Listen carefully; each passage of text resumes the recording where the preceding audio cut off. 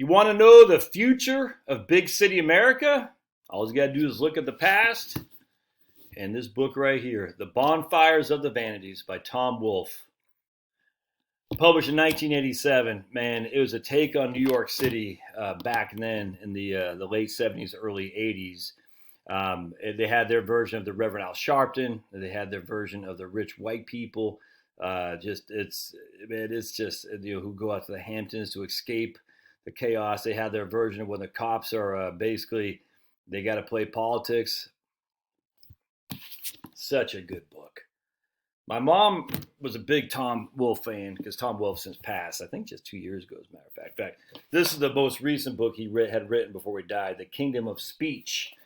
Wolfe's boldest bit of doing yet is a whooping, joy-filled, hyperbolic radon of all things, a theory of evolution. Best-selling author Tom Wolfe, whose legend began in journalism, now takes on the mystery behind the creation of language. From Alfred Russel Wilson, the self-taught Englishman who beat Darwin to the theory of natural selection, to the neo-Darwinists who for years argued that there is a language organ in the human brain, Wolfe shows how science has repeatedly tried and failed to account for man's gift of gab. And he examines the new controversial work of anthropologist Daniel Everett, who defies the current wisdom that language is hardwired into the brain in humans. If you want to see the future of cities, all you got to do is look at the past, right here. The Bonfire of the Vanities. What a freaking awesome book. I tell you, you won't be able to put this down. So the premise is you have a wealthy Park Ave guy. He's a bond trader, and he's cheating on his wife with this lady. He goes to the airport to pick her up. I can't remember what her career was. I can't remember. But anyway, and he doesn't want his wife know. He's going to the airport to pick her up. Anyway, for some reason they take the wrong turn and they get stuck on in the Bronx. And I remember as the Cross Bronx Expressway. And I remember this like it was yesterday. They get stuck in the Cross Bronx Expressway and around that way. But some black kids had put up a barrier so they couldn't go by, so they could get carjacked essentially.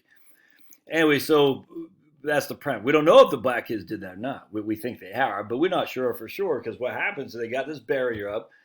He gets approached by these black kids, this rich white bond trader, and he just puts on he just goes shoops and he slams on the gas and runs over and kills the kid. The kid turns out to be just an honor roll student. We see this a million times a Sunday.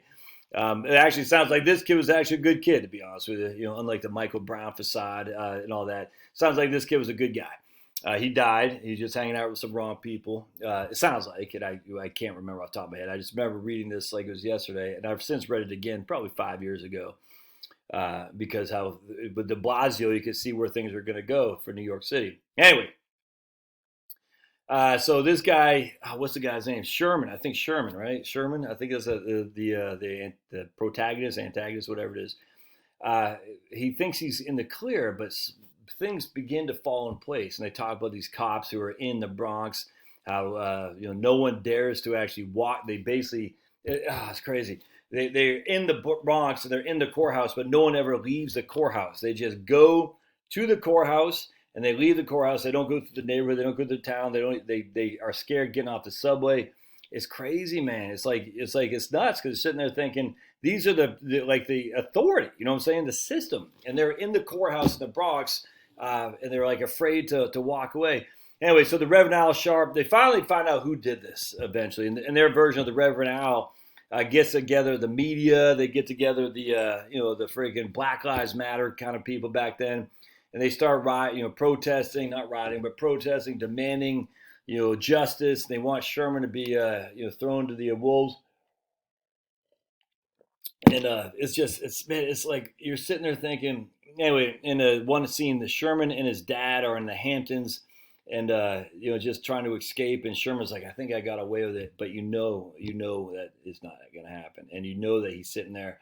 What if, you know what I'm saying? Because he's like, I can't escape these people. They're going to come get me. And even though I got the money, the mayor, he needs blood. He needs to throw somebody to the wolves.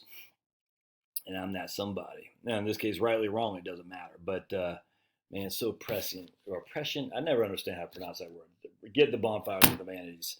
It'll show you where New York is going from just looking at the past. All right, we'll see you.